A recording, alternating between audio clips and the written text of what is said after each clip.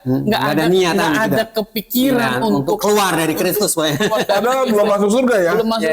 Masa udah masuk surga mau loncat ke neraka? Itu orang bodoh.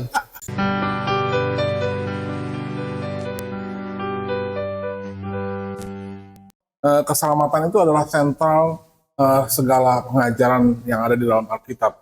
Karena kalau orang tidak mengerti bagaimana caranya diselamatkan, maka sia-sialah iman kepercayaan orang Kristen. Malam hari ini, saya ditemani oleh sebelah kiri saya, Pak Yusias.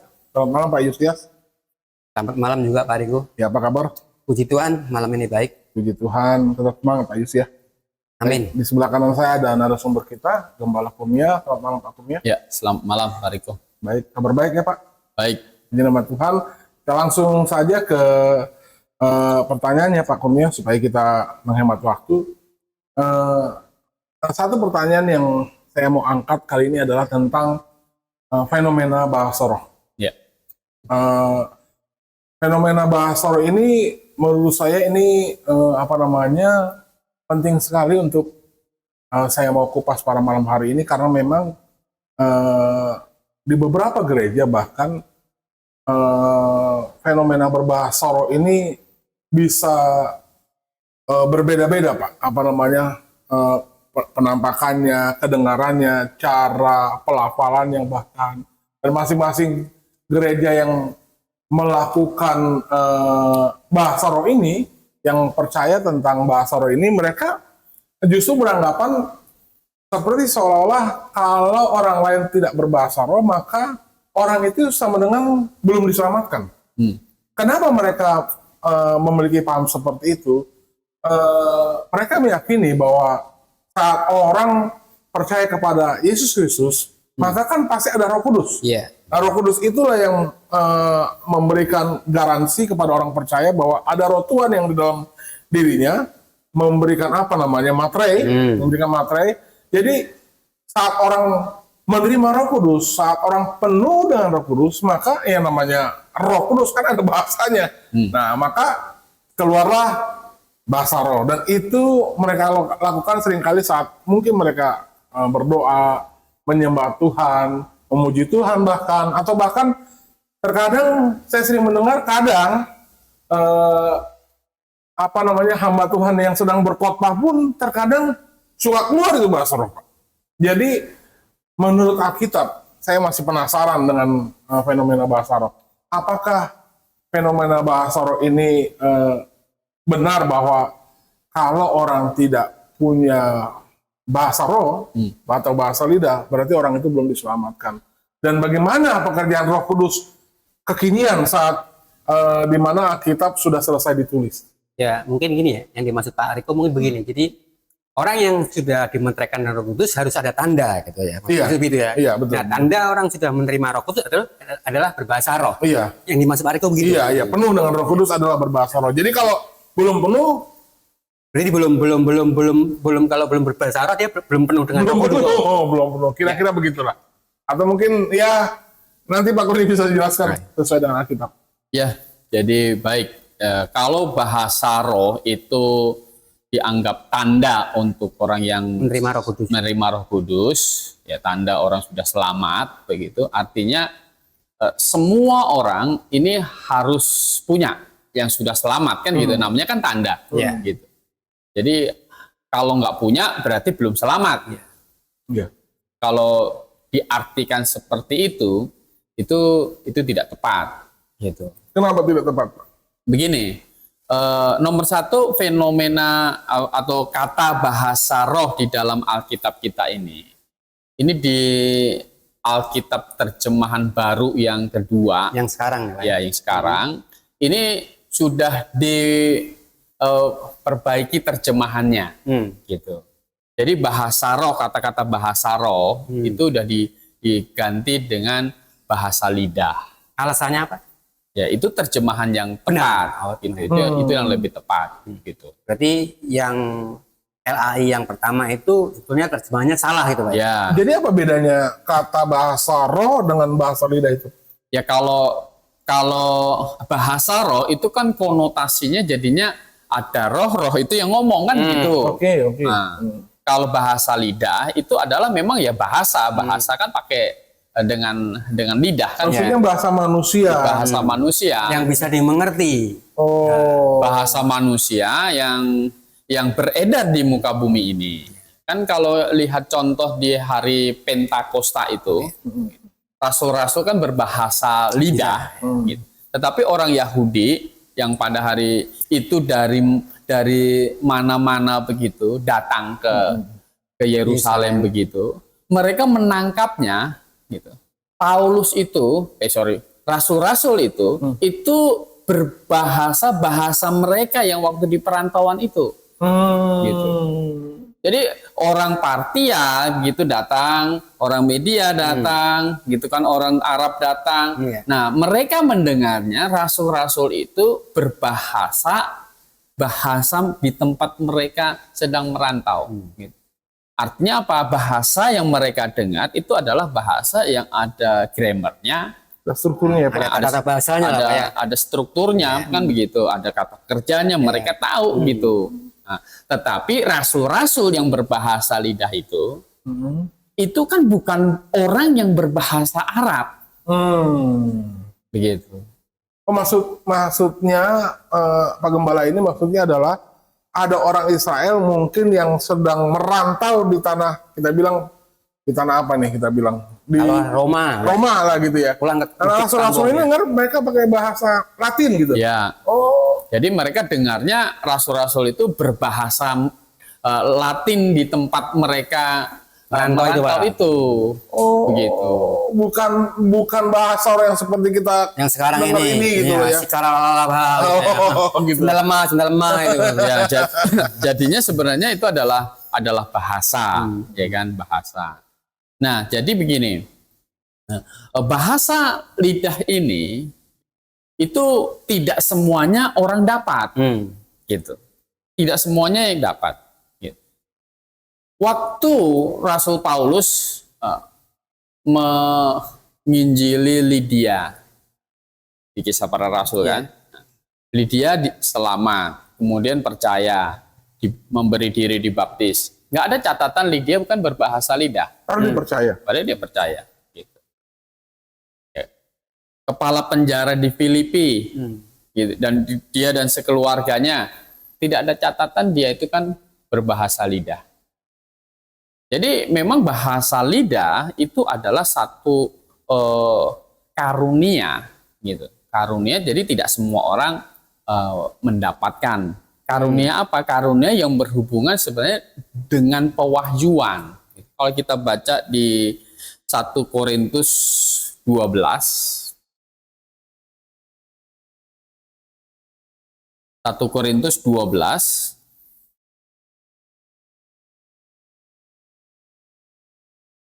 Saya bisa baca. ayat 7 sampai 11. 7 sampai 11. Tetapi kepada tiap-tiap orang dikaruniakan pernyataan roh untuk kepentingan bersama. Ya. Sebab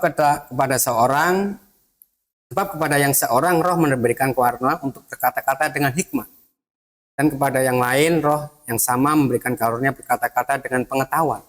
Ya, jadi kan ini ada yang dikasih karunia berkata-kata dengan hikmat, gitu kan?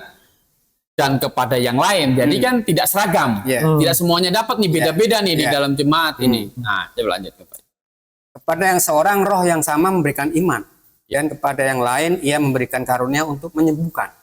Kepada yang seorang roh memberikan kuasa untuk mengadakan mujizat, dan kepada yang lain ia memberikan karunia untuk bernubuat. Dan kepada yang lain lagi ia memberikan karunia untuk membedakan bermacam-macam roh. Pada yang seorang ia memberikan karunia untuk berkata-kata dengan bahasa roh. Dan kepada yang lain ia memberikan karunia untuk menafsirkan bahasa roh itu. Tetapi semuanya itu dikerjakan oleh roh yang satu dan yang sama, yang memberikan karunia kepada tiap-tiap orang secara khusus seperti yang dikehendakinya. Ya, jadi memberikan karunia kepada tiap-tiap orang secara khusus. Jadi tidak semua, ini contoh di dalam jemaat di Korintus itu, tidak semua jemaat Korintus itu mendapatkan karunia berbahasa lidah kan gitu. Nah, jadi karunia berbahasa lidah ini bergandengan dengan karunia menafsirkan bahasa lidah. Harus ada orang yang menafsirkan itu. Ya, gitu. Jadi bergandengan. Kenapa? Karena sebenarnya ini adalah salah satu pewahyuan, wahyu khusus, gitu. Kita harus ingat bahwa ketika Alkitab 1 Korintus ini ditulis, ini Alkitab kan belum jadi lengkap, gitu. Jadi proses pewahyuan Masih itu jalan terus, masih Pak, ya? berjalan. Allah sedang menurunkan pewahyuan. Nah, salah satunya bahasa roh tadi, Salah Pak. satu bahasa roh. Jadi itu menjadi alat komunikasi Tuhan untuk menyampaikan sesuatu kepada jemaat. Gitu. Nah, hanya ini berbahasa lidah ini akan bergandengan dengan karunia yang menafsirkan. Jadi seperti itu. Karena kalau nggak ada yang menafsirkan, berarti akan jadi sia-sia ya. Ya, kan jadi tidak tahu kan Tidak begitu. Misalnya ya, ini kita undang pengkhotbah Amerika di sini, nggak ada yang terjemahkan. Kita semua kan misalnya nggak bisa bahasa Inggris, kayak bingung juga dia. Ini Ngomong apa ini? bolehnya ngomong apa kan? Jadi kita akan jadi sia-sia kan begitu. Nah, jadi bahasa lidah pada waktu itu adalah karunia sebenarnya untuk Allah memberikan instruksi kepada jemaat. Itu utamanya Sebagai pewahyuan sebenarnya. sebagai pewahyuan. Ini menarik. Kalau bahasa roh memang fungsinya adalah sebagai pewahyuan, yang artinya yang Tuhan turunkan kepada manusia, memakai manusia itu sendiri, memakai jemaat untuk menurunkan wahyunya. Berarti konsekuensinya adalah kalau Alkitab sudah selesai ditulis, maka seharusnya tidak ada lagi bahasa roh. Betul. Tetapi kalau orang percaya kepada bahasa roh yang masih Tuhan pakai sekarang, konsekuensi keduanya adalah Alkitab belum final ditulis. Bukankah begitu? Ya, artinya begini, sebenarnya logikanya kalau ini sudah sempurna kan tidak perlu ada karunia yang berhubungan dengan pewahyuan lagi. Maka di ayat 7 tadi kan bilang begini, tetapi kepada tiap-tiap orang dikaruniakan pernyataan roh, bukan pernyataan. Ya, penyataan. Gitu. Jadi penyataan roh. Jadi untuk menyingkapkan sesuatu ini, gitu. Yang tidak tahu jadi tahu. Ya, Gitu.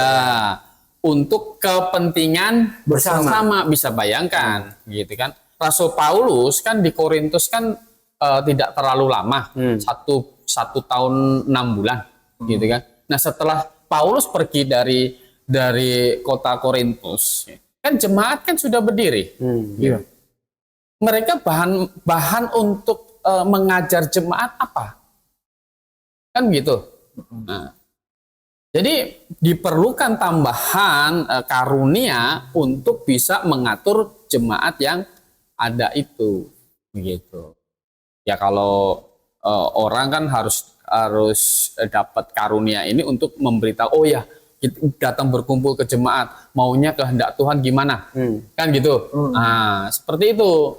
Nah kalau hari ini kan Alkitab sudah selesai ditulis, ya kita khotbah berdasarkan Alkitab, Menjelaskan ayat Gitu. Alkitab, Pak ya. betul. Nah kalau zaman itu bagaimana? Nah, memang diperlukan kondisi waktu itu, diperlukan pewahyuan khusus ini untuk mengajar, dan ini tidak semuanya dapat. Artinya begini, tidak semuanya orang yang sudah diselamatkan ini dapat karunia ini. Jadi ini bukan tanda orang selamat atau tidak, gitu. Jadi orang dapat ini adalah tanda dia dapat karunia untuk menyampaikan sesuatu kepada jemaat, kan gitu. Dan itu akhirnya berbarengan dengan ada yang menafsirkan. Berarti aturannya di saat zaman mula-mula, jemaat mula-mula itu baru berdiri, di mana Alkitab belum selesai ditulis. Saat ada orang mendapatkan karunia berbahasa roh ini, maka peraturannya adalah harus ada orang yang mendampingi untuk menafsirkan, gitu ya Pak? Iya, karena di 1 Korintus 14 itu, coba kita membaca di ayat yang ke-27 dan 28. Jika ada yang berkata-kata dengan bahasa roh, biarlah 2 atau sebanyak-banyaknya 3 orang. Nah, jadi diatur. Jadi bukan semua jemaat dapat begitu, gitu kan?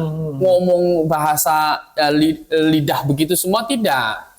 Jadi 2-3 orang paling banyak. diatur 2-3 orang, paling banyak 3. Itu pun seorang demi seorang katanya loh Pak. Ya itu seorang demi seorang, karena kan ini istilahnya ini bentuk pengajaran sebenarnya. Oh, Tuhan mau kasih kita tahu apa gitu? Iya, instruksi Oke. untuk jemaat di mana belum ada Alkitab. Gitu. Ya kan? Ini belum ada Alkitab, karena Alkitab selesai ditulis oleh Rasul terakhir itu kan sekitar tahun 98 Masehi. Nah, ini kan 1 Korintus masih tahun sekitar 55 Masehi. Jadi Iya.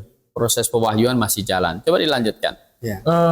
Sebanyak-banyaknya 3 orang, seorang demi seorang, dan harus ada seorang lain untuk menafsirkannya. Ini. Jika tidak ada orang yang dapat menafsirkannya, hendaklah mereka berdiam diri dalam pertemuan jemaat dan hanya boleh berkata-kata kepada dirinya sendiri dan kepada Allah. Iya. Jadi kalau itu tidak ada yang menafsirkan, ya kan, kita tidak tahu begini kondisi jemaat di situ kan. Berarti ada orang yang berbahasa lidah, nanti ada orang yang akan dapat karunia untuk menafsirkan. Ini sejalan, kan gitu. Nah, kalau tidak ada yang karunia untuk menafsirkan, ya, menerjemahkan bahasa lidah itu, gitu kan. Ini yang dapat karunia bahasa lidah, diam. Itu. Jangan ada suara, karena kan mengganggu.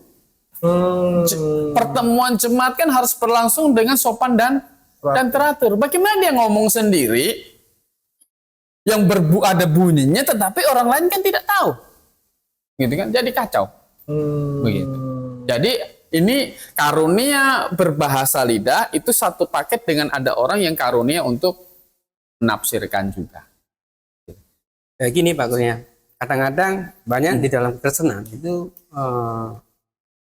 punya pemikiran begini, karena bahasa roh ini itu tanda orang kepenuhan Roh Kudus itu biasanya dipraktekkan di dalam gereja-gereja itu dengan penumpangan tangan oleh pengkhotbah atau oleh hamba Tuhan.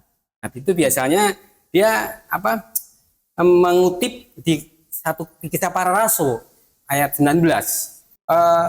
Mereka beranggapan dengan penumpangan tangan hamba Tuhan saat ini, kemudian ditumpangin tangan, kepenuhan Roh Kudus, dia berbahasa roh. Nah, ini dia mengutip ayat ini. Kisah Rasul pasal 19 ya, ayat ke-6 nih. Ya. Dan ketika Paulus menumpangkan tangan di atas mereka, turunlah Roh Kudus ke atas mereka dan mulailah mereka berkata-kata dalam bahasa roh dan bernubuat. Nah, ayat inilah yang mereka pakai dasar sebagai orang yang menerima Roh Kudus harus bisa berbahasa roh. Dia pakai ayat ini. Ya. Nah, jadi kita harus ingat bahwa Tuhan Yesus kan pernah berkata kepada para rasul bahwa kamu akan menjadi saksiku di 4 tempat dia sebutkan. Yerusalem, Yudea, Samaria sampai ke ujung bumi. Gitu kan? Nah, jadi ini adalah pencurahan Roh Kudus ini. Peristiwa yang kita baca di Kisah Rasul pasal 19 di kota Efesus ini adalah peristiwa pencurahan Roh Kudus. Dan pencurahan Roh Kudus ini memang terjadi di 4 tempat. Gitu. Pada hari Pentakosta di Yerusalem. Pertama. Itu yang pertama. Ya kan? Nah, artinya apa? Setelah peristiwa itu sekali di Yerusalem, ya kan? Itu orang yang percaya selanjutnya tidak punya fenomena seperti ini. Ya, langsung terima Roh Kudus. Kan gitu. Jadi itulah ibarat kayak seperti tanda gitulah. Nah, ini mulai start jemaat gitu. Mulai start di daerah ini jemaat itu disahkan sebagai tiang penopang dan dasar kebenaran. Pengganti bangsa Israel.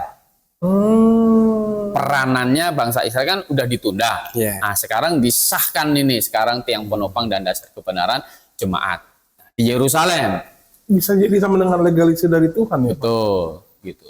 Kayak seperti pentabisan Bait Allah Salomo kan, ada kemuliaan Tuhan turun. Nah, itu tanda perkenanan Tuhan kepada Bait Allah. Iya. Nah, di hari Pentakosta itu satu tanda yang bisa dilihat oleh orang-orang yang hadir di situ. Wah, ini jemaat ini adalah perkenanan Tuhan. Itu di Yerusalem sekali, gitu kan. Nah, di Yudea itu terjadi di rumah Cornelius. Kaisarea kan, Kaisarea itu ibu kota dari Yudea. Nah, kemudian di Samaria, ya Filipus kan. Nah, Filipus kemudian Filipus sudah menobatkan orang di Samaria. Ya. Kemudian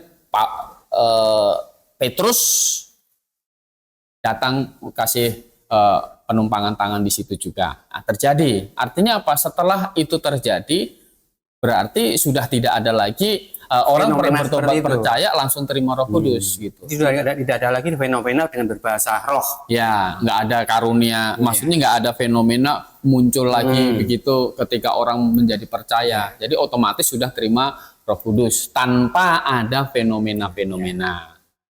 Adanya ayatnya yang lebih eksplisit, Pak, bahwa orang yang sudah menerima Roh Kudus, dia dimeteraikan oleh Roh Kudus, udah menerima bertobat dan percaya menerima Yesus, dia dimeteraikan oleh Roh Kudus tanpa fenomena berbahasa roh. Nah, ada nggak ayatnya? Makanya ini di Efesus kan, Efesus kan terakhir ini. Efesus itu adalah satu daerah yang disebutkan di luar Yerusalem, Yudea, Samaria, ujung bumi. Nah, ini perwakilannya ada di Efesus, gitu kan, Asia kecil. Nah, makanya surat kepada jemaat di Efesus, Efesus pasal 1 ayat 13. Di dalam Dia kamu juga, karena kamu telah mendengar firman kebenaran, yaitu Injil keselamatanmu. Di dalam Dia kamu juga, ketika kamu percaya, dimateraikan dengan Roh Kudus yang dijanjikannya itu. Ya, ketika kamu percaya, kamu dimateraikan Roh Kudus tanpa ada fenomena bahasa lidah. Nah, dan kita mau belajar di 1 Korintus tadi, itu bahasa lidah itu menjadi karunia pewahyuan. Gitu. Nah, untuk memberi instruksi kepada jemaat di mana Alkitab belum selesai ditulis, gitu, dan dikasih aturan 2 orang, paling banyak 3, dan harus ada yang menafsirkan. Kalau tidak ada yang mendapat karunia menafsirkan, maka yang mendapat karunia berbahasa lidah tadi diam. Gitu kan? Nah, kita tidak tahu persis bagaimana orang yang ini dapat karunia ini karunia menafsirkan, gitu kan? Ya, kita tidak dapat gambaran jelas tentang kondisi yang pada waktu itu. Tetapi diatur seperti itu. Gitu. Berarti memang fix perihal tentang fenomena bahasa lidah ini ya, Pak. Jadi ini karunia temporer. Iya, berarti bukan bahasa roh yang sebenarnya, Pak. Bukan bahasa roh. Bahasa lidah. Fenomena bahasa lidah sebenarnya itu adalah alat pewahyuan yang Tuhan pakai kepada jemaat pada waktu itu sebelum Alkitab selesai ditulis. Di tahun 90-an ya, Pak, kira-kira. Begitu selesai Alkitab ditulis, maka Tuhan tidak pakai alat ini, bahasa lidah ini sebagai alat pewahyuan lagi ya, Pak. Karena memang waktu itu jemaat butuh bimbingan, di mana jemaat ingin mencari tahu pernyataan Tuhan yang fix kan gitu. Sekarang jemaat kalau mau berkebaktian, berkumpul, ya jemaat bisa belajar lewat firman Tuhan yang selesai itu. Bukan begitu, Pak? Iya. Jadi waktu itu kan memang berbarengan, masih ada juga karunia bernubuat kan gitu. Nah, bernubuat, bahasa lidah. Nah, cuma kalau di Rasul Paulus ini di 1 Korintus, kalau misalnya boleh pilih, kejar yang bernubuat gitu. Coba di 1 Korintus. Kesannya nubuat ini satu level lebih tinggi daripada bahasa roh kira-kira. Kan nggak perlu butuh yang menafsirkan.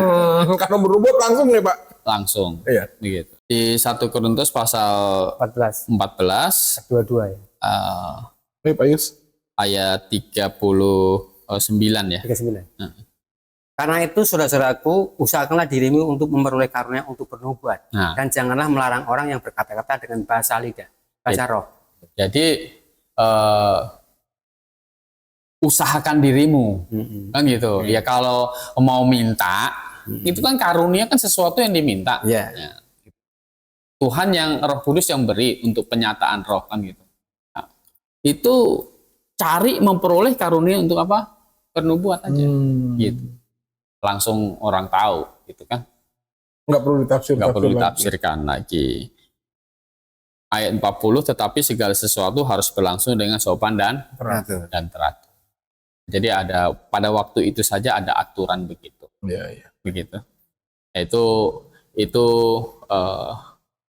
aturan dasar di dalam berjemaat yang Tuhan mau. Jadi kondisi fenomena bahasa roh zaman dahulu pun sebenarnya tidak cocok dengan keadaan sekarang. Betul.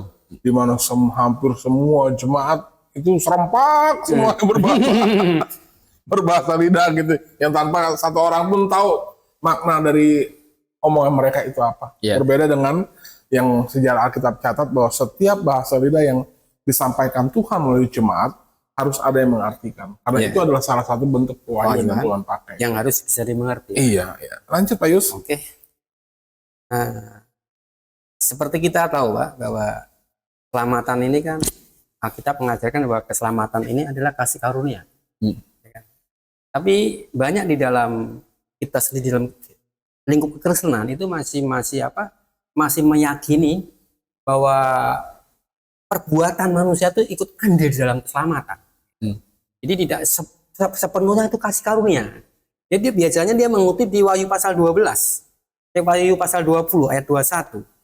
Wahyu pasal 20 ayat 12. Dia mengutip ayat ini di beranggapan bahwa keselamatan nggak cukup anugerah. Di perbuatan baik manusia ikut andil di dalamnya. Nah, bagaimana menjelaskan ayat ini, Pak? Ini masih sering dipakai oleh di kalangan kekristenan. Wahyu 20 ayat 12. Ayat 12. Saya bacakan boleh, Pak? Boleh, ya.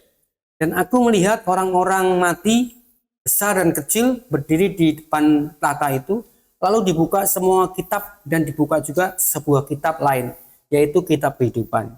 Dan orang-orang mati dihakimi menurut perbuatan mereka. Berdasarkan apa yang ada tertulis di dalam kitab ini. Ya, ini khususnya di ayat terakhir ini kan. Dan orang-orang mati dihakimi menurut perbuatan mereka. Ini kesannya ini kan benar bahwa perbuatan ini ikut andil di dalam keselamatan. Ya. Ini seolah-olah bertentangan dengan ajaran yang keselamatan hanya semata-mata anugerah tanpa andil sedikitpun manusia di dalam perbuatan baik. Ya, ini ayat ini kan menyatakan bahwa ini terjadi di terakhir ini, ya, kejadian skema peristiwanya itu kejadiannya terakhir sekali. Jadi setelah milenium, ya kan, ini langit dan bumi itu lenyap di ayat 11 itu, baru ada pengadilan tahta putih yang besar. Gitu. Jadi orang yang diadili di sini, ini akhirnya akan berujung kepada lautan api semua. Yang diadili di sini. Yang diadili di sini. Karena di ayat 15 itu kan, dan setiap orang yang tidak ditemukan namanya tertulis dalam kitab kehidupan, itu dilemparkan ke dalam lautan api. Gitu. Jadi mereka diadili dengan perbuatan. Kitab perbuatan itu dibuka, gitu kan? Karena apa? Karena waktu kitab kehidupan dibuka, nama mereka kan tidak ada, gitu. Nah, nama mereka tidak ada, berarti kan perbuatan itulah menjadi dasar pengadilan itu, bukan untuk mereka itu akhirnya bisa masuk surga, tetapi mereka ini akan masuk ke dalam lautan api. Artinya kan keadilan, kejahatan orang kan akhirnya berbeda-beda, maka hukuman di dalam lautan api pun beratnya juga akan berbeda-beda, ditentukan dari catatan kitab perbuatan itu. Begitu. Nah, jadi begini. Kalau kita misalnya beramal, itu tercatatnya pasti di dalam kitab perbuatan. Iya enggak? Itu positif lah, baik gitu kan. Kita berbohong, tercatatnya di dalam kitab perbuatan. Negatif. Jadi baik yang positif, baik yang negatif, kalau itu perbuatan, itu tercatatnya di dalam kitab perbuatan. Nah, kalau mau dicatat dalam kitab kehidupan bagaimana cara? Berarti kan tidak pakai perbuatan. Kan gitu. Karena semua perbuatan itu dicatat di dalam kitab perbuatan. Jadi supaya nama tertulis dalam kitab kehidupan bukan pakai perbuatan. Lantas pakai apa? Pakai iman kepada Yesus Kristus. Gitu. Jadi kalau kita percaya bertobat kepada Yesus Kristus, bahwa secara pribadi kita percaya bahwa dosa kita itu sudah dijatuhi hukuman pada diri Yesus Kristus. Kan? Maka di dalam Yesus Kristus itulah kita dihitung kita sebagai orang kudus. Gitu. Nah, saat itu nama kita tercatat di dalam kitab kehidupan. Gitu. Setelah dicatat dalam kitab kehidupan, apakah kitab perbuatan kita jadi nggak ada? Tetap ada. Makanya kan di sini kan ada kitab kehidupan, ada kitab perbuatan. Kitab perbuatan kita juga tetap ada. Gitu. Jadi kitab perbuatan itu baik orang yang di dalam Kristus maupun di luar Kristus ada catatan itu, Pak. Ada catatan itu. Jadi menentukan kita ini kalau mati pasti masuk surga atau masuk neraka, itu kita sendiri sudah bisa putuskan. Manusia bisa putuskan. Gitu. Rasul Paulus kan berkata coba di Filipi pasal 4 ayat 3 itu. Bahkan ku minta kepadamu juga, Sonsugos, temanku yang setia, tolonglah mereka karena mereka telah berjuang dengan aku dalam perkabaran Injil.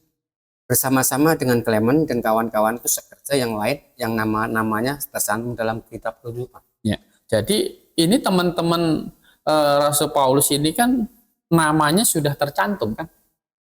Gitu. Paulus bisa jamin itu. Kenapa? Paulus kan tahu.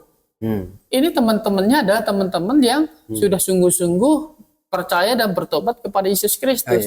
Gitu. Jadi namanya sudah tercantum dalam kitab kehidupan. Nah, lantas kitab perbuatan ini baik untuk orang yang di dalam Kristus maupun di luar Kristus untuk apa, Pak? Kitab perbuatan. Kenapa perlu ada kitab perbuatan ini? Nah, kitab perbuatan bagi orang yang belum ada di dalam Yesus Kristus itu untuk menentukan keadilan hukuman di dalam lautan api.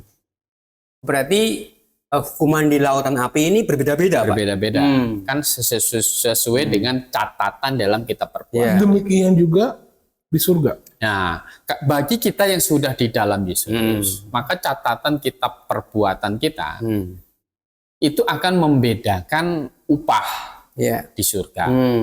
Kalau bukan membedakan surganya, kan? Atau bukan membedakan nerakanya, tapi upahnya, Kak. Kalau berarti ada kemungkinan minus dong ya, Pak. Ya, kalau minus berarti kan tidak dapat apa-apa. Gitu ya. Seperti ini, seperti Rasul Paulus katakan bahwa pekerjaan kita akan diuji. Betul. Dengan api kan begitu. Seperti keluar dari dalam api, tidak dapat apa-apa. Seperti itu.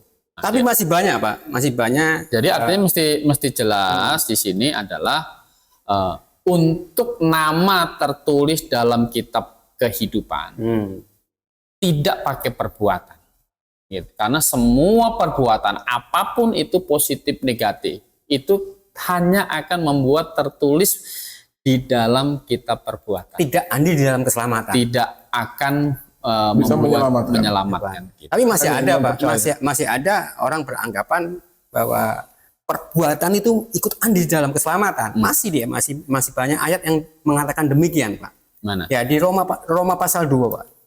Roma pasal 2 ayat 6 dan 7. Jadi kita banyak ini ayat-ayat yang seolah-olah ini memang benar nih, gitu.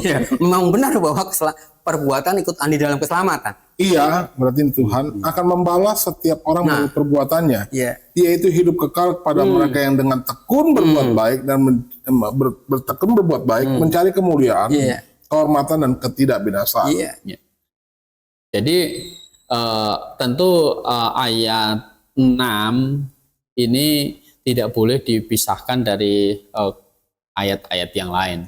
Ya, bagian ayat yang lain, misalnya kalau kita membaca ayat 4 ini kan, ayat 4-nya. Maukah engkau menganggap sepi kekayaan kemurahannya, kesabarannya, dan kelapangan hatinya? Tidakkah engkau tahu bahwa maksud kemurahan Allah ialah menuntun engkau kepada pertobatan? Ya, menuntun engkau Kepada pertobatan. pada pertobatan. Nah, ayat 5-nya, Tetapi oleh kekerasan hatimu yang tidak mau bertobat, jadi tidak mau bertobat. engkau menimbun murka atas dirimu sendiri pada hari waktu mana murka dan hukuman Allah yang adil akan dinyatakan. Iya. Jadi kalau orang sudah bertobat, ya kan, maka kan ada sebenarnya akan ada dampaknya dari pertobatan itu. Gitu. Yaitu apa sebenarnya dampak dari orang yang sudah bertobat itu akan tekun, berbuat baik, mencari kemuliaan, kan seperti itu. Mencari ketidakbinasaan, kehormatan dan ketidakbinasaan, kan gitu. Jadi itu adalah kalau orang sudah bertobat, maka akan ada dampak begitu, dan orang itu menyatakan bahwa orang bertobat itu akan diganjarkan dengan hidup yang kekal, seperti itu. Jadi bukan hidup yang kekal hasil dari perbuatan. Berarti tidak ayat itu. yang ke-6 yang ke-7 ini seharusnya masih berkaitan dengan ayat sebelumnya, Pak ya? Ya. Yang ayat ke berapa? Yang ketiga, keempat tadi ya. Jadi ayat ke-6 ke-7 ini juga ditujukan kepada orang yang sudah bertobat sebetulnya, Pak ya?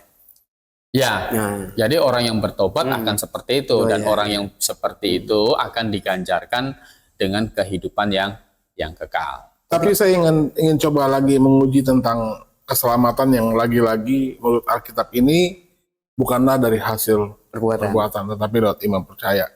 Paralel dengan ayat tadi, saya tertarik untuk buka di Matius pasal 25, Pak. Pasal Matius 25 ayat 34 sampai dengan ke-40. Saya coba baca cepat ya, Pak. Ini kayaknya apa? Ada pertanyaan dari komentar kan? Iya, ini pertanyaan dari komentar. Ini selaras dengan pertanyaan apakah memang ada unsur perbuatan di dalam keselamatan. Ya. Matius pasal 25 ayat 34 sampai dengan 40. Dan raja itu akan berkata kepada mereka yang di sebelah kanannya, "Mari, hai kamu yang diberkati oleh Bapakku, terimalah kerajaan yang telah disediakan bagimu sejak dunia dijadikan. Sebab," nah ini katanya sebab, "ketika aku lapar, kamu memberi aku makan. Ketika aku haus, kamu memberi aku minum. Ketika aku seorang asing, kamu memberi aku tumpangan. Ketika aku telanjang, kamu memberi aku pakaian. Ketika aku sakit, kamu melawat aku. Ketika aku dalam penjara, kamu mengunjungi aku." Maka orang-orang benar itu akan menjawab dia, katanya, "Tuhan, bila manakah kami melihat engkau lapar dan kami memberi engkau makan, atau haus dan kami memberi engkau minum? Bila manakah kami melihat engkau sebagai orang asing dan kami memberi engkau tumpangan atau telanjang dan kami memberi engkau pakaian? Bila manakah kami melihat engkau sakit atau dalam penjara dan kami mengunjungi engkau?" Dan raja itu menjawab mereka, "Aku berkata kepadamu, sesungguhnya ada segala sesuatu yang kamu lakukan untuk salah seorang dari saudaraku yang paling hina ini, kamu telah melakukannya untukku." Jadi kesannya dari ayat ini sepertinya ini Tuhan di hari-hari terakhir ini akhirnya mengundang orang-orang yang sudah melakukan segala perbuatan baik ke dalam kerajaan yang sudah disediakan bahkan sejak dunia dijadikan. Ini berarti kan kerajaan surga, Pak. Dan orang-orang ini menurut tulisan yang ditulis di sini, dikasih orang makan waktu lapar, kasih minum waktu haus, kasih tumpangan, kasih pakaian, dikunjungi kali. Kan begitu. Perbuatan baik semua. Bagaimana kita melihat ini menurut Pak Kurnia? Ya, ini kalau kita baca di ayat 31, ini supaya lihat eventnya ini terjadi di kapan begitu. Jadi apabila anak manusia datang dalam kemuliaannya dan semua malaikat bersama-sama dengan dia, maka ia akan bersemayam di atas tahta kemuliaannya. Jadi ini bukan kedatangan Tuhan yang rapture, bukan. Gitu. Ini kedatangan, kalau rapture kan Tuhan datang sampai di awan-awan saja. Ini adalah kedatangan yang dijanjikan menjejakkan kaki di Bukit Zaitun itu. Jadi ini kedatangan setelah di akhir dari masa 7 tahun antikristus. Seperti itu. Nah, Iya. Tuhan datang memisahkan domba dan kambing. Nah, domba ini adalah orang-orang benar. Nah, kambing ini nanti akan masuk ke dalam neraka, lautan api. Kan seperti itu. Nah, lalu muncullah percakapan Tuhan dengan kelompok domba ini. Gitu. Nah, kapan ini kami ini memberi engkau makan? Kan gitu. Kapan kami ini memberi engkau minum, mengunjungi dalam penjara? Tuhan Yesus bilang, yang engkau lakukan kepada saudaraku yang paling hina ini, engkau lakukan untuk aku. Nah, maksud Tuhan Yesus saudara yang paling hina ini apa? Siapa? Kan gitu. Banyak orang menafsirkan, wow, pengemis di jalan gitu dikasih itu Bukan itu Tuhan. Bukan itu. Bukan. Jadi siapa itu? Ini adalah kita mesti ingat di masa 1x7 tahun antikristus memerintah itu Tuhan memeteraikan 144.000 orang Yahudi untuk menjadi saksi di masa itu. Mereka lah yang memberitakan Injil ke seluruh dunia di masa itu. Kan seperti itu. Itulah orang-orang itu yang dimaksud saudaraku ini. Itu. Betul. Nah, mereka lah yang dimaksud Tuhan saudaraku itu. Nah, artinya orang-orang yang akhirnya memberikan kebaikan untuk saudaraku, kata Tuhan Yesus ini dihitung untuk Tuhan. Nah, karena mereka percaya. Ya, orang kan kasih mendukung 144.000 ini, itu kan kenapa dasarnya? Dasarnya adalah karena mereka setuju dengan pemberitaan yang diberitakan 144.000 orang ini. Mereka kan saksi Kristus. Gitu. Jadi mereka ini, orang-orang ini akhirnya setuju dengan iman mereka, begitu. Makanya kan kalau kita lihat cerita perjanjian lama, si Rut kan, Iya. dia kan ikut Naomi. Iya. Allah tuh, ya mau ikut aja kan gitu. Bangsamu adalah, Dan si Rut sendiri orang Moab ya? Rut orang Moab, Bukan orang Israel dia. bukan orang Israel. Gitu. Artinya kita tahu imannya benar, gitu kan. Rahab juga kan begitu. Dia berani menyembunyikan pengintai, Iya. gitu kan? Itu karena dia beriman. Percaya. Iya, karena dia percaya kan gitu. Nah, artinya orang-orang ini juga membantu saudaraku, kata Tuhan Yesus itu. Para saksi tadi, Pak. Para saksi tadi itu adalah ekspresi dari mereka sebenarnya beriman yang sama. Gitu. Bahwa yang diberitakan oleh 144.000 orang ini adalah kebenaran. Nah, Dukungan kepada mereka. betul. Mereka lah ini orang-orang yang diselamatkan di masa itu. Dianggap bahwa karena dia mendukung para saksi yang di masa tribulation, Tuhan anggap dia memiliki iman Yang atau sama. Tuhan bisa melihat gitu, bukan dianggap tapi Tuhan bisa melihat bahwa dia memiliki iman yang sama seperti para saksi, Pak. Betul. Nah, seperti apa tuh kisahnya Rut, kisahnya si Rahab, Pak. Rahab. Gitu. Berarti lagi-lagi tentang percaya iman mereka ya. Ya, Iman percaya jadi mereka. perbuatan itu adalah bukti dari iman. Gitu. Iya. Jadi bukan perbuatan yang menyelamatkan, tetapi iman yang menyelamatkan, dan iman itu dibuktikan dengan perbuatan aksi. Kan seperti itu. Berarti oke, kita ini kan terjadi di ujung masa kesusahan 7 tahun ini. Kalau di masa sekarang itu disesamakan, diartikan dengan begini, Pak. Berarti siapa saja yang mendukung setuju dengan pekerjaan jemaat, pemberitaan Injil, berarti mereka memiliki iman yang sama. Ya. Artinya bergabung dalam jemaat. Betul. Gitu ya, Pak. Masa sekarang ini ya, Pak. Kan Tuhan Yesus kan pernah bilang begini kepada orang yang diutuskan, gitu. Kalau kamu pergi, gitu kan, orang membukakan rumah, makan minumlah di situ, kan gitu. Orang bisa bukakan rumah begitu, itu kan kenapa? Berarti kan itu menerima, menyambut, gitu. Pak ya. Menerima pemberitaan dia, ya kan? Nah, jadi kalau dia membukakan pintu, berarti kan itu bukti bahwa Injil yang kamu beritakan itu disetujuin sama dia. Seperti itu. Nah, maka di sini domba ini kan tadi disebutkan sebagai orang benar itu. Oh iya. Ya kan? Nah, sementara kalau kita membaca Roma pasal 1 ayat 17 itu, orangku yang benar akan hidup oleh iman. Iya. Kan gitu. Iya, betul. Jadi iman yang menyelamatkan, tetapi iman itu akhirnya diekspresikan dengan perbuatan. Tapi bagaimana Pak dengan apa? Dengan surat Roma pasal 10. Roma pasal 10. Roma pasal 10 Ya kan? Ayat kelima. Ini juga kalau kita baca ini, kita cermati ini juga sama, seolah-olah keselamatan ini bisa lewat perbuatan. bisa lewat perbuatan. Sebab Musa menulis tentang kebenaran karena hukum Taurat. Orang yang melakukannya akan hidup karena. Dijelaskan orang yang melakukannya akan hidup. Padahal hukum Taurat itu tuntutannya banyak. Ya kan? Banyak ini. Semua berdasarkan perbuatan. Jangan membunuh, ya kan? Jangan berzina.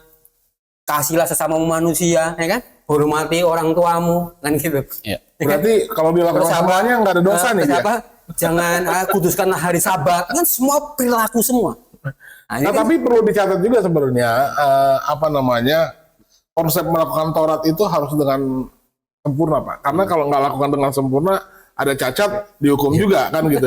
Kalau orang lakukan ini dengan sempurna baru bisa. Masalahnya kan biarlah Kepala Kurnia yang menjelaskan. Coba Pak Kurnia jelaskan menurut Alkitab. Ini sebenarnya begini. Orang jemaat Roma ini adalah orang Yahudi juga di Roma ini. Jadi jemaat Roma ini adalah kumpulan orang Yahudi yang menerima Yesus Kristus, maksudnya Pak. Walaupun belum ada Rasul Paulus belum pernah berkunjung ke Roma ini, belum ada Rasul berkunjung ke Roma ini. Tetapi sudah ada jemaat di sana.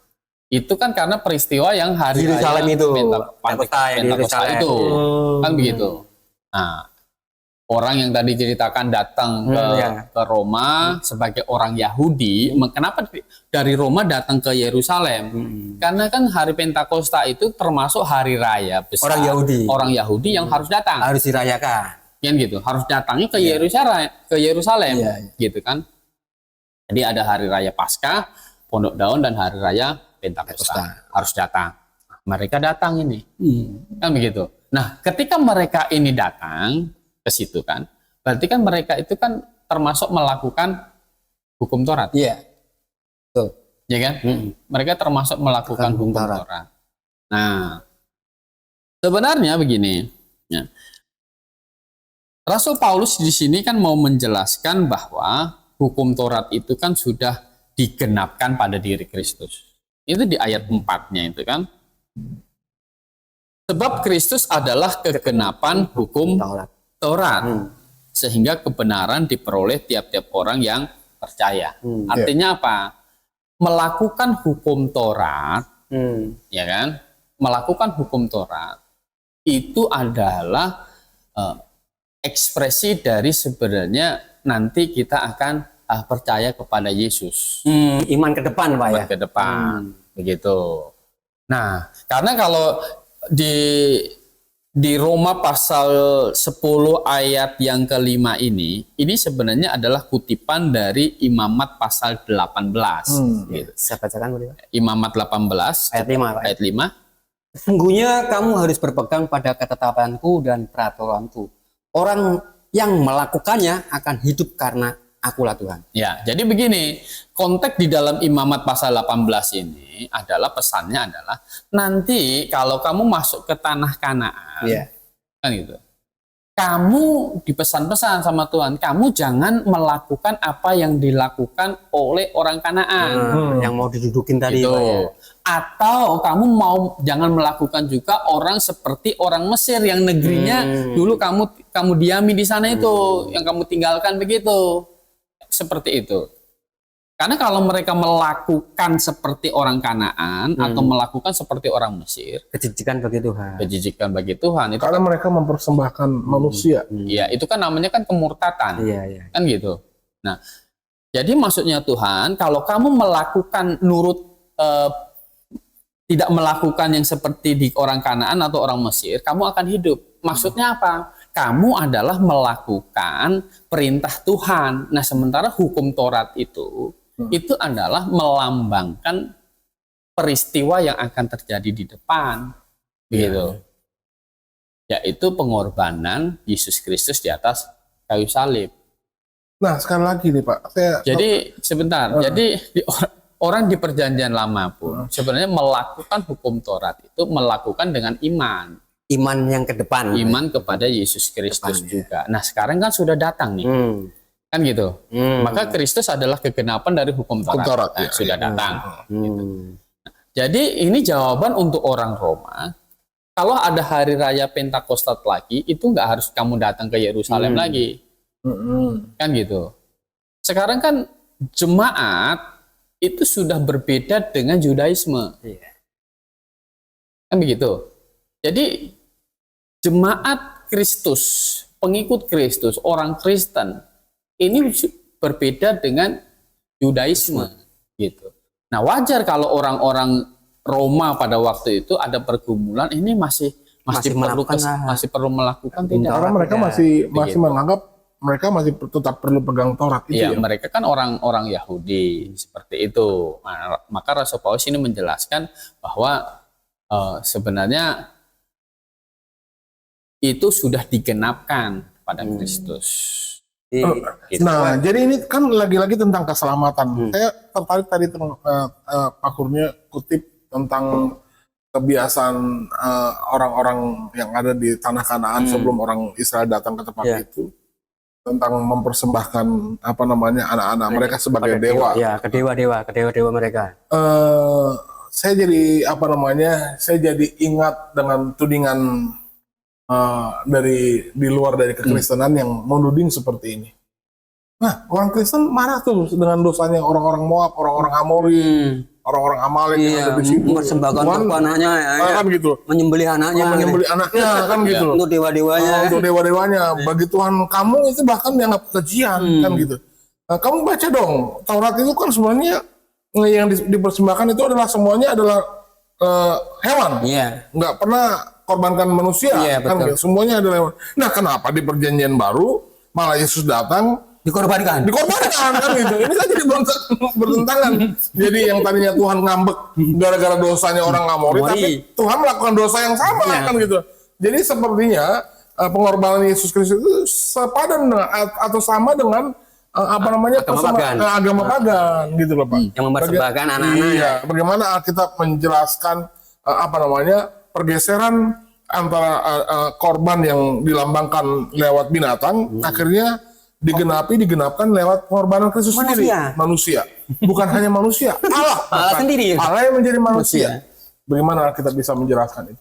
Iya, begini, kalau filosofi dari orang Kanaan mempersembahkan anak, itu adalah mereka mau kasih anaknya jadi korban gitu kan, untuk dewa Molok begitu kan. Itu supaya biasanya mereka dapat jasmani. Jadi boleh dikata itu subur, sesajen lah Pak ya. Gitu, iya. Ya, ini sudah dikasih yang paling dia sayangin kan anak kan gitu kan. Nah, jadi menimbulkan belas kasihan dewanya supaya memberkati mereka dengan kemakmuran. Bukan keselamatan Pak ya. Keselamatan. Nah, kalau Yesus Kristus menjadi korban, itu bukan untuk menimbulkan belas kasihan begitu. Tetapi Yesus Kristus itu kan menjadi korban itu karena dosa itu hanya bisa dibereskan dengan penghukuman. Kan seperti itu.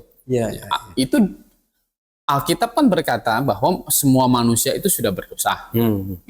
Dan tidak ada atau mustahil lah manusia itu bisa masuk surga. Harus dihukum dulu baru Betul, karena kan upah dosa adalah maut. Desainnya kan seperti itu. Nah, dan hukuman yang paling berat untuk segala dosa adalah hukuman mati. Harus dihukum mati. Itu hukuman yang sudah paling berat.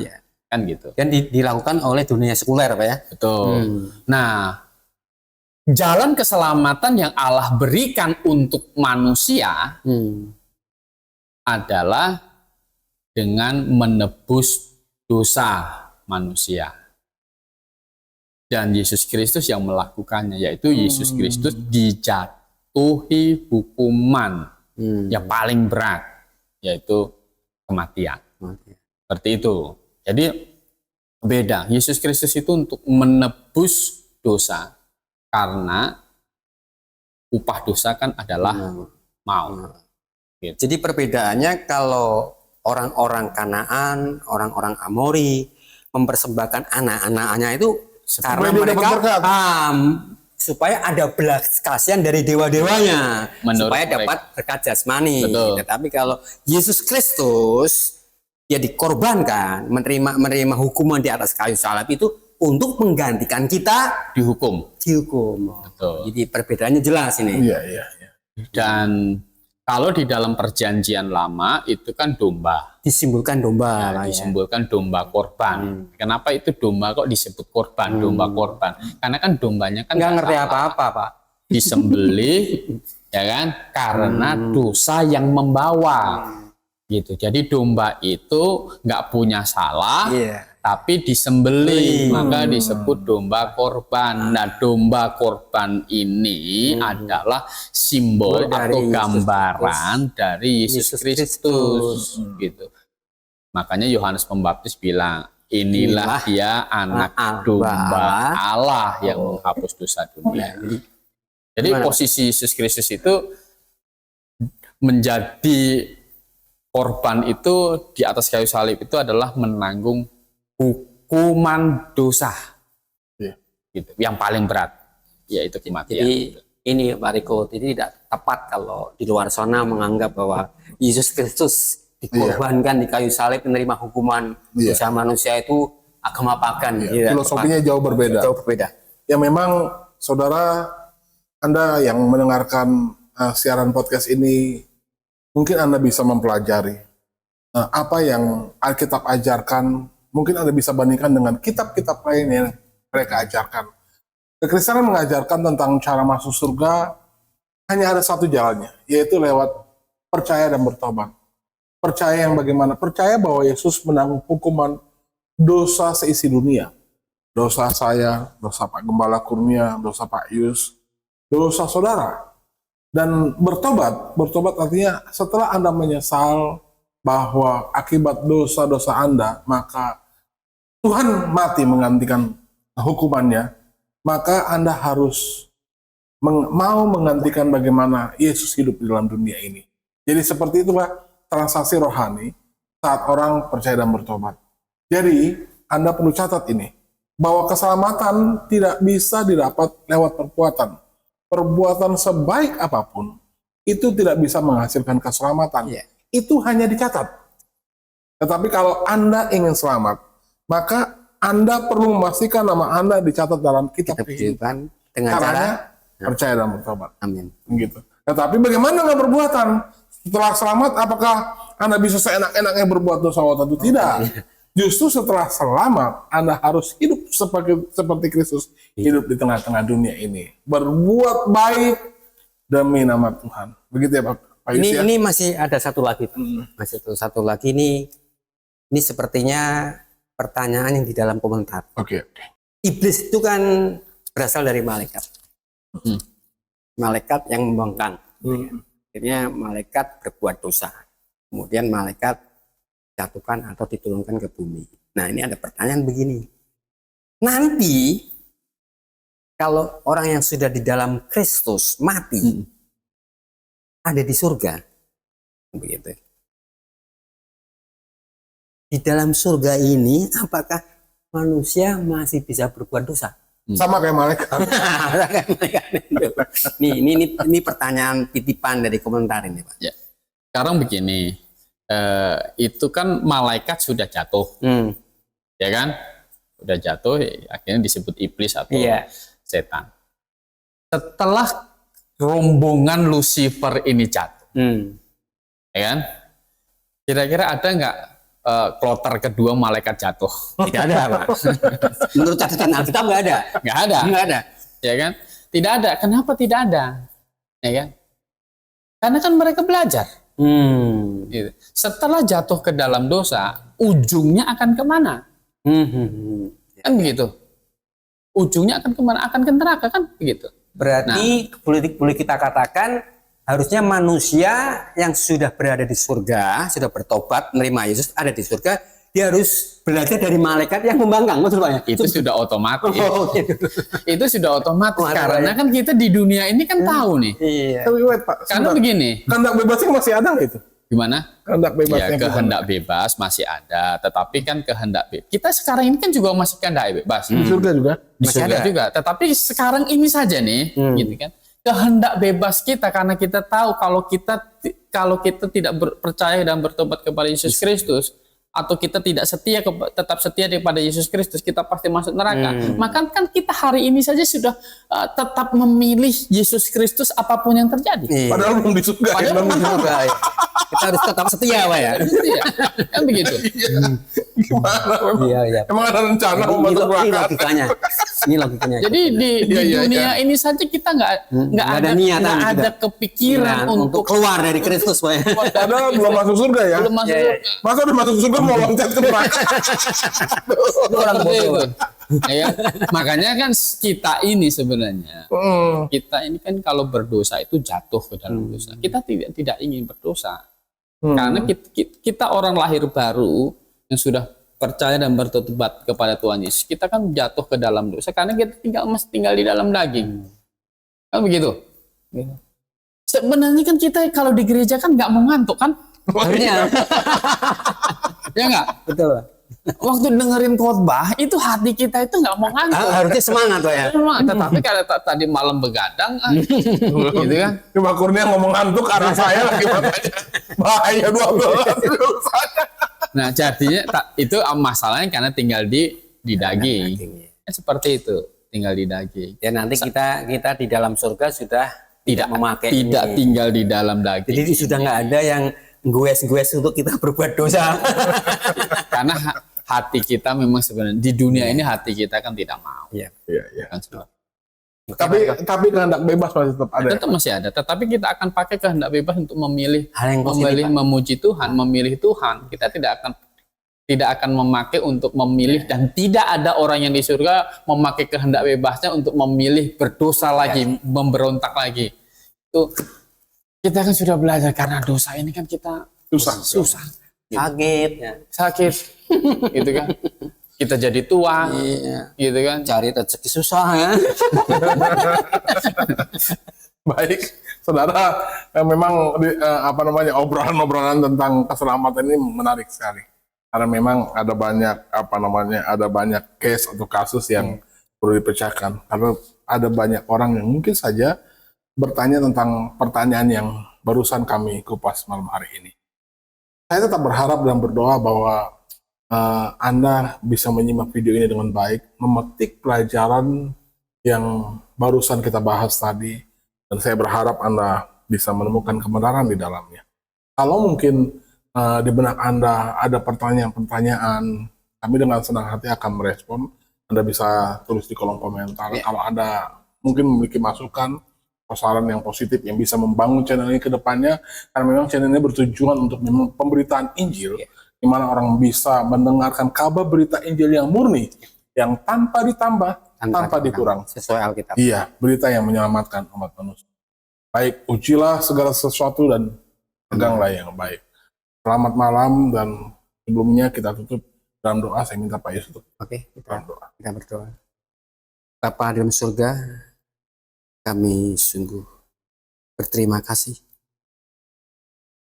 Tuhan telah pimpin acara ini. Biarlah acara ini banyak ditonton orang, banyak didengar orang. Karena kerinduan kami sebagai pewarta kebenaran, banyak orang yang diselamatkan. Pimpin semuanya ya Tuhan, berkatin acara ini, sehingga acara ini menjadi sumber berkat bagi mereka yang mendengar, sehingga mereka boleh diselamatkan. Terima kasih Tuhan, hanya dalam nama Tuhan Yesus Kristus kami telah berdoa dan mengucap syukur.